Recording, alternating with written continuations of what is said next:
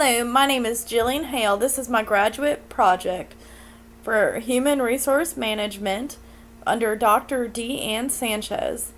I chose the topic of large companies recruiting in rural areas. My program format will be as following. It will include an introduction, which will explain the issue and why I feel it's important in society, a literature review. This will look at several different articles and studies that have occurred that pertain to this topic. Limitations of studies. This will show what limitations each study found.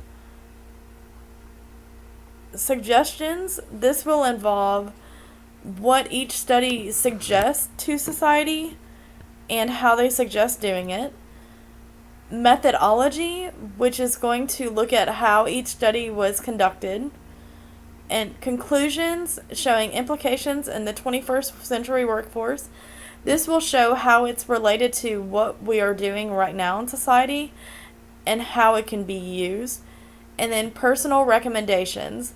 These will be how I feel about the topic and how, after reading and reviewing all the literature, I believe it should be handled. Introduction. Many large companies are moving into rural areas within the United States. This is due to the fact that these rural areas are offering major financial incentives to these companies. With smaller rural areas, there are larger talent pools for these companies to recruit employees from. This creates a problem for their human resource departments. If large companies continue to move into rural areas within the United States, then these large companies will need to create a system that increases their talent pool in that given area. This can be seen in several different ways. These large companies move in, and sometimes it's based off of financial incentives, sometimes it's not based off of financial incentives, but there are reasons why these companies come into small towns, and then they realize we may not have the talent in the small town to give us the employees that we need.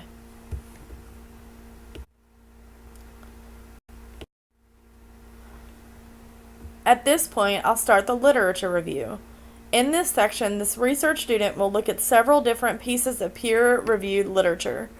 These pieces of literature will cover a broad number of things regarding recruitment, such as different recruitment methods and how these methods should be used.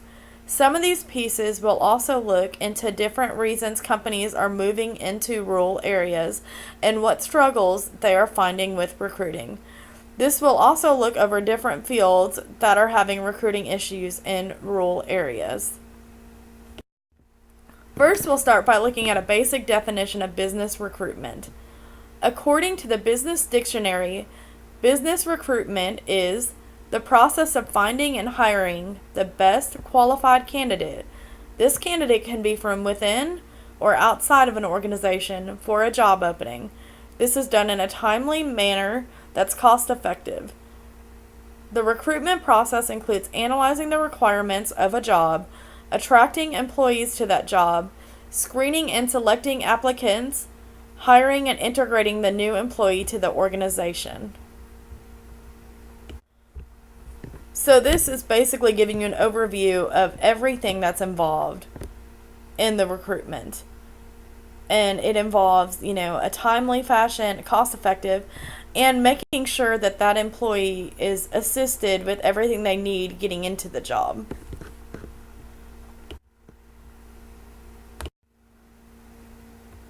Next, let's look at methods of recruiting. According to Brew, to reach individuals who do not work for an organization, organizations have utilized several different recruitment methods, including newspaper advertisements, employment agencies, school placement offices, job boards, employee referrals, radio ads, direct mail campaigns, and job fairs.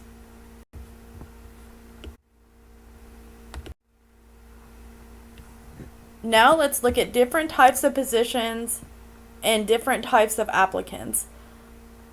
According to Collins, Organizations are made up of several different job titles and descriptions. Therefore, for a company to find the applicants that fit these job descriptions, they will have to use different recruiting methods. It is also suggested that there is not a recruiting system that is better than the other recruiting systems, meaning that each different system will attract different applicants based off of their knowledge of the system. This looks at as a whole that not every single person is the same.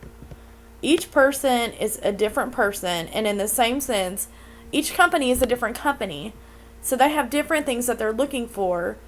Therefore, in order to recruit a certain type of person, they may have to use a different system than what another company is using.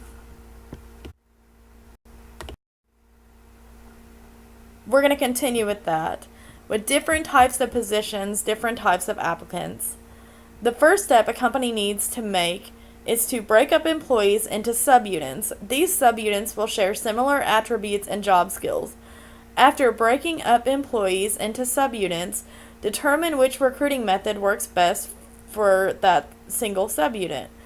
Then a company is able to create a system that works for all employees involved. So, in other words, by breaking it up into small subunits and creating subunits for each job, the company is able to direct itself where it needs to be to collect the right applicants. Electronic recruiting has become very popular, and it's one of the major methods of recruiting. This was found by Home. The most often reported benefits of electronic recruitment include wider applicant outreach, faster information exchange between potential employees and employers, lower cost of advertising, data accessibility and availability, reduced cost of communications, and improved organizational attraction. Social media in recruiting. Companies are using social media to create a pool of possible applicants, job positions that need to be filled. Companies are not only using social media such as LinkedIn to find possible employees, but also using Facebook to screen possible employees. This is something that I've heard from different people.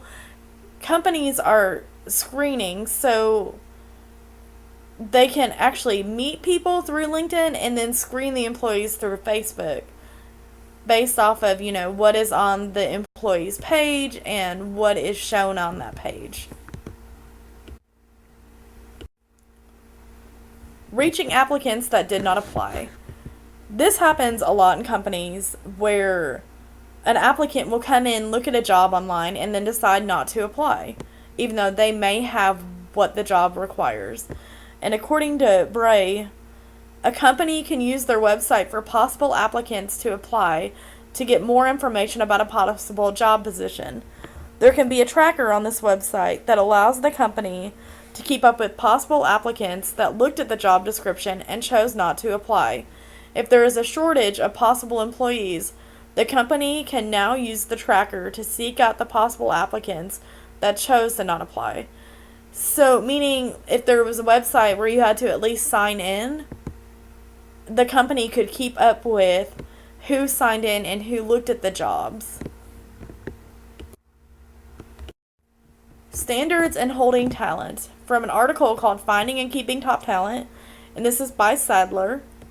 Top companies like Starbucks, Intel, Cisco, Marriott, Dell, Walmart, and Microsoft have been focusing on employment branding for years. Nothing has a greater impact than being talked about in the media as a well-managed company that is a good place to work. Incentives used to cause companies to relocate. And this is from work led by Bill Schweck. State and local officials often cite competitive pressures that force them into offering incentives that convince a company to move into their community. These often come in two different forms of incentives, tax and non-tax incentives. Now let's look at tax and non-tax incentives. Tax incentives include various types of abatements, exemptions, reductions, and moratoria. These may take a variety of forms, such as corporate income tax exemptions, sales/use tax exemptions on new equipment, and tax exemptions or moratoriums on equipment and machinery. So basically, a company is going to move into a city because the city is offering them such good tax breaks that they see it as worth going into the town. Non-tax incentives. These are a growing form of inducement, including grants, creative financing, subsidies, and customized worker training. The mainstay is the Industrial Development Bond, or IDB. These incentives often include the company being able to get a loan at a lower interest rate. So where they may not be getting tax money, they're able to get lower interest rates, and it also makes it worth the company moving into the town. Now let's look at 5 ways to reach businesses without incentives. One of them is education. Schools need to adapt to a changing world and changing technologies, be more accountable for student outcomes, and help in forming closer ties between the worlds of school and work. This prepares each learner with what is necessary in their environment job-wise. There's also physical infrastructure. Many times it seems that the basic needs are overlooked. States must continue to repair and maintain highways and sidewalks, operate schools, prevent crime, and care for public parks. So it's very important to remember the basics as far as what needs to be done for someone to physically want to live in an area. Regulation. To create a positive business climate, regulators must work with businesses to achieve acceptable standards, whether in the workplace or in the environment, while at the same time not compromising their ability to enforce the law on behalf of stakeholders. Taxation. State taxes and fiscal policies do affect the climate for doing business in a state. However, policymakers should not let tax rates and tax competitiveness issues be the sole focus for tax policy and thus undermine the overall quality of tax and fiscal system.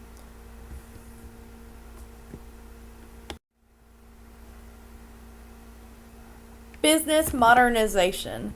Much of economic development has also focused on homegrown economy by providing financial support in the form of grants, low-interest loans, debt insurance mechanisms, and advisory services to businesses. Millions of dollars of public money have been used in this way, even though the evidence of real effectiveness of many of these programs is still thin.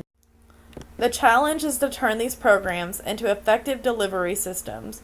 They must include public and private providers and address the pressing need for businesses to modernize and to upgrade their technologies so that they can be more competitive.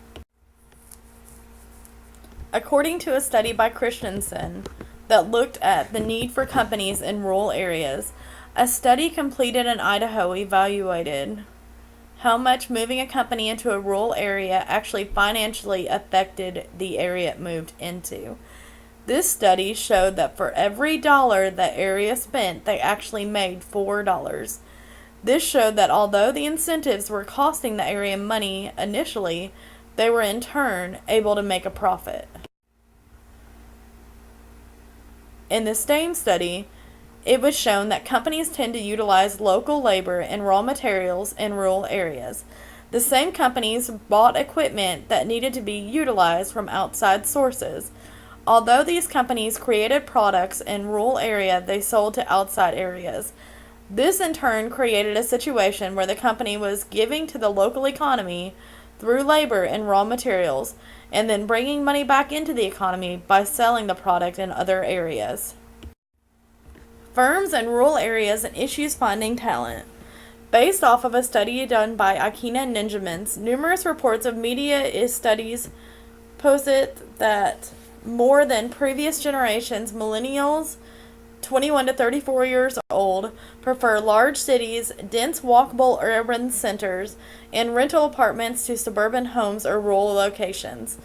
This would present significant challenges for companies based in rural areas who need to attract the best and brightest talent, particularly highly educated STEM professionals who are in high demand in the job market. This study also found the following. Even the best rural-based companies generally start out with a disadvantage in the war for millennial talent, but can turn perceived weakness into strengths by highlighting the benefits of rural living and better targeting the smaller but still substantial pool of candidates who are quite receptive to what rural locations have to offer. And identifying the types of workplace culture and employment benefits most highly valued by millennials, and developing the best in-class offerings as part of an overall strategy to attract and, more importantly, to retain the workforce they need. Issues for companies trying to gain employees in rural areas. A study was completed by NEEN, and this study looked at the Great Plains area of the United States. This showed that this region was suffering from a loss of market size, labor force, and political power. In this same region, there is an issue of young people leaving rural areas and causing depopulation. Therefore, it is shown that young people are one of the driving forces in creating a labor force. Now I wanted to look at globalization, because I know it's normally a globally thing, but I also can see how it would work in a local area. And the main prospects of it, according to Govindarajan, think globally, act locally. So this could be the same for a company. You want to think big, but you want to act on what the people actually need and want. This means that a company may change its demographics. If it happens, they need to alter the way they complete tasks to please the local environment. And although this is used globally, as I said, I feel like it could work to compare densely populated areas with rural areas. Issues for the medical field recruiting in rural areas. I know most of what we looked at was based off of big companies, but the medical area is also having issues. There is becoming a lack of medical students that are choosing primary care careers. This in turn is making it more difficult to recruit and retain primary care physicians in underserved communities. There was a study done by Walker that evaluated what branch of the medical field a person was in and what area demographically they practiced. The results showed that most primary care physicians in rural areas were older and chose to work in clinics. Next, we're going to look at the second part of my presentation, and that's going to be limitations of studies. And this goes over, all studies have limitations. This section will look at what factors were not addressed that could change the findings of the study. This can include several different things. It could be the methodology that they use or the participation levels. Limitations of studies in Utah.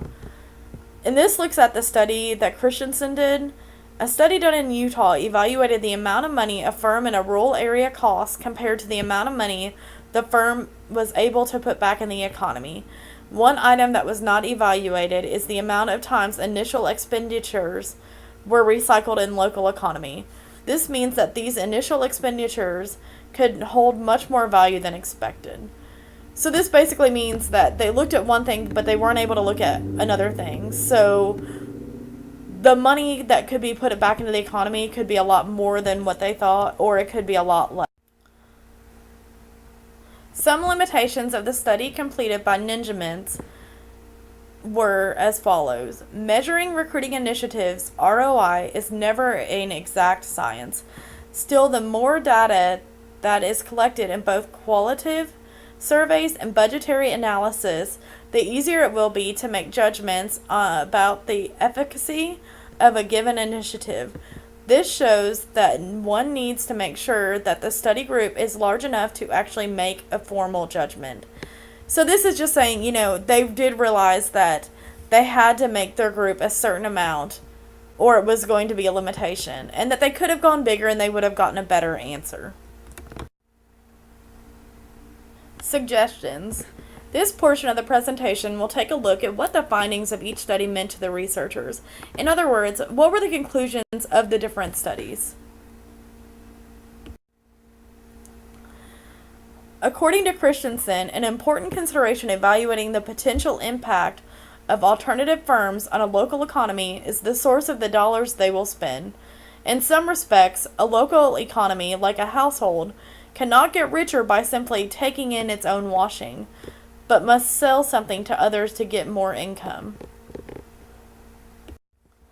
A study completed by Neen suggested that community practitioners need to make effective use of the traditional media and the internet to market their communities. In addition, they have to know what they want to market. Their strong points, in other words. Figure out what the overall recruitment message will be and how they want to position the community. In a nutshell, a community should develop or build a unique community identity and vision to which prospective new residents can identify. And some suggestions given by Ninjamans is that critical and corporate HR departments and recruiting teams continually analyze qualitative and quantitative data to learn which programs and benefits provide the most value, weighing the cost of offer rejections and turnover against recruiting and compensation budgets grants organizations a better ideal of the investments required to retain and attract the best people. Next, let's look at methodology. This portion of the presentation will look at exactly how each study was carried out. This can include whether researchers used surveys, interviews, or observed. This also takes a closer look at the sample group that was used during the study. A study done in Utah by Christensen to study the impact of large firms coming into rural areas made. This study first looked at the basic information such as number of firms, names, types, and location of all manufacturing firms in Utah. This information was collected from the Directory of Utah Manufacturers in a series of years ranging between 1959 and 1973. There were 392 firms used in the study. Of the 392 firms, personal interviews were done with managers, accountants, and personal directors of the 196 firms that were willing to participate. Along with these interviews, questionnaires were used with 88 of the firms. The firms were then separated into 9 different groups to be analyzed. After gathering basic information on each firm and conducting interviews and surveys, the study looked a little deeper into the financials of each firm. Information was collected on scales, operating expenses, capital expenditures, and the percentage of each made locally in the state and out of the state. This study took all information and graphed it to see the effect of each firm in each county. When doing research on medical physicians in rural areas, Walker and his associates used a very basic methodology.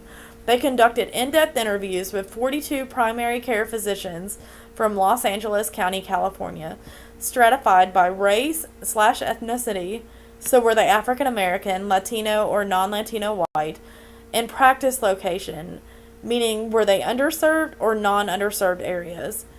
They reviewed transcriptions and coded them into themes by using standard qualitative methods. Conclusions in the 21st century. This portion will take a look at what the results of these studies need to look like when utilized in the 21st century. This also looks at what needs to occur in the future by looking at common trends in society. According to Ninjamans, with the nature of work and employer-employee relationship continuing to evolve, some rural companies might choose to make increasing use of freelance and contract employees who work on-site or remotely on a project-by-project basis. Other firms might choose to market themselves as development engines. with the expectation that many new employees will likely only stay at a company for 2 to 4 years while developing their professional and technical capabilities and thereby enhancing their employability. These options, of course, will not appeal to be feasible for all companies and job types. And according to a study done by NEEN that reviewed how to recruit people into rural areas, the conclusions were as follows. Community practitioners need to make effective use of the traditional media and the internet to market their communities. In addition, they have to know what they want to market, their strong points, figure out what the overall recruitment message will be, and how they want to position the community. In a nutshell, a community should develop or build a unique community identity, a vision to which prospective new residents can identify. To retain new residents, the communities need to devote ample resources to reduce the shortage of housing, make services that appeal to different age groups available, create a positive attitude toward new residents, hold periodic community social functions with the purpose of reaching out to the newcomers, create new resident networking opportunities and welcome programs, and give new residents opportunities to genuinely participate in community affairs. Now I want to look back at recommendations. And this is before compiling my recommendations. I really wanted to zone back in on my hypothesis. And my hypothesis is as follows. If large companies continue to move into rural areas within the United States, then these large companies will need to create a system that increases their talent pool in that given area. As shown, there are many companies moving into rural areas. This can be for many different reasons that may or may not include incentives. While these companies are creating jobs for rural communities, they are also having issues not having large talent pools. There are not only things that a company can do to acquire talent, but also that a community can do to prepare itself for a large company to move into the area. This is basically, in my opinion, saying that, it's not all on the company to look for the talent pool. It's not all for them to move into a small city, but the community also needs to be prepared, and they need to seem attractive to a company. There are several different things that a company can do to prepare itself to move into a rural area. The biggest way to prepare for this move is to prepare a recruiting system that is able to reach many possible applicants at one time. This system would assist the company in any situation, but is especially helpful in rural areas. This research student would suggest that a company should first break the company into subunits. Each subunit would share common characteristics that would create a link between the possible applicant skill and the job description. Therefore, before starting to recruit, the company would have subunits that broke down what they were looking for in each position. This company then would use electronic recruiting to find the talent they require. They could use their website to allow possible applicants to take surveys that would evaluate their job skills. These surveys would not only show the company if the applicant could fill a possible job, but also which subunit they best fit into. After compiling information about each possible applicant, the company could make contact with possible applicants. It is also important for a company to make sure that it is keeping up with applicants that may choose to not apply for a position regardless of if they chose or chose not to take the survey. The company should use a website that allows them to collect information from possible applicants that view information. This could simply include getting the possible applicant's email address. This allows the company to seek out a possible applicant that has chosen to not apply for the position. This goes back to what was brought up as far as having a website where you still have to log in to look at jobs. And that way you know who chose not to apply, and you can make later contact with them. It's important to remember that the best way for a company to recruit employees is through word of mouth. Therefore, employees that enjoy their jobs are more likely to let other people know about how much they enjoy their jobs. This means that recruiting really starts with current employees rather than possible applicants.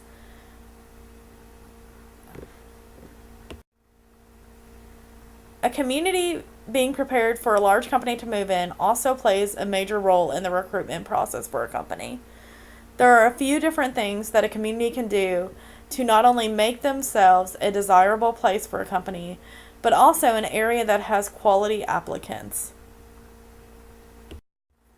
In order to avoid using tax or non-tax incentives to get a company to come to the community, there are basic steps that could be taken, and these include education. So putting more technology into school systems allows students to learn and prepare for the future. This also allows students to relate how their actions will be shown in business settings. By the local government putting more money into education versus incentives, it seems like they're preparing their whole population rather than just a portion. And this goes into, if you prepare everyone and you're putting money into them getting prepared for the position, it doesn't make incentives as needed because the company will know that there's a good talent pool in that area. I also thought physical settings were very important. In order to attract a certain type of population, it's important to keep the basics of a rural area up to date. And this means like the roads, public areas. For instance, there needs to be parks and stuff that are kept up to the environment standards to attract millennials. This creates a situation where the rural area is ready for a talent pool to move in. And then mainly, I feel like a feeling of community is necessary. Overall, it seems vital to me that communities are welcoming to the idea of having new people move in. Some rural towns are known for being private or stuck in their way, so it's important to remember that innovation can attract citizens. Also, community events often draw people in and make them want to join. And now I want to kind of look at my community. I'm from a medium-sized town in Tennessee. It has grown quite a bit. It's Cookeville, Tennessee. And there's some community events that welcome in new citizens. They are Fall Fun Fest, Dogapalooza, a back-to-school bash, Wine on the West Side, and Blues and Brews. And all of these events bring in people from different smaller communities around them into the town. And it also, it shows on the report card for the community of what they do and how they want new people in town. And then there's also business events such as community job fairs and chamber after hours events. And I've been to both of these. The community job fairs are very much so with just our local businesses that show up and they try to attract other people. And the chamber after hours event is more so for people after 5 p.m. to leave the companies that they work for and come, and they make connections with other people in other companies. So they're basically being recruited, but some of these people don't live directly in the city or work directly in the city. And then there are also several different ways that our community incorporates education into the community. And there are different free classes given locally to assist citizens in learning computer basics. And then there's also local companies that are constantly on the look for applicants for internships. So this is going to prepare your citizens for what's going to happen if a large company moves in. There are several different ways my community has seen their efforts bring businesses into the area. Academy Sports has recently built the largest distributing center in the state in Cookeville, Tennessee. And Ficosa is an automotive manufacturer that just chose to move to Cookeville rather than Kentucky. So it was in another small town, and it basically said, we're either going to Kentucky or we'll stay in Cookeville. So that's awesome for the community. I now have a list of my resources that I use for my PowerPoint presentation. I want to thank everyone for listening to this and hearing about recruiting in rural areas for big firms. Thank you all so much, and I've had a great time working on this project.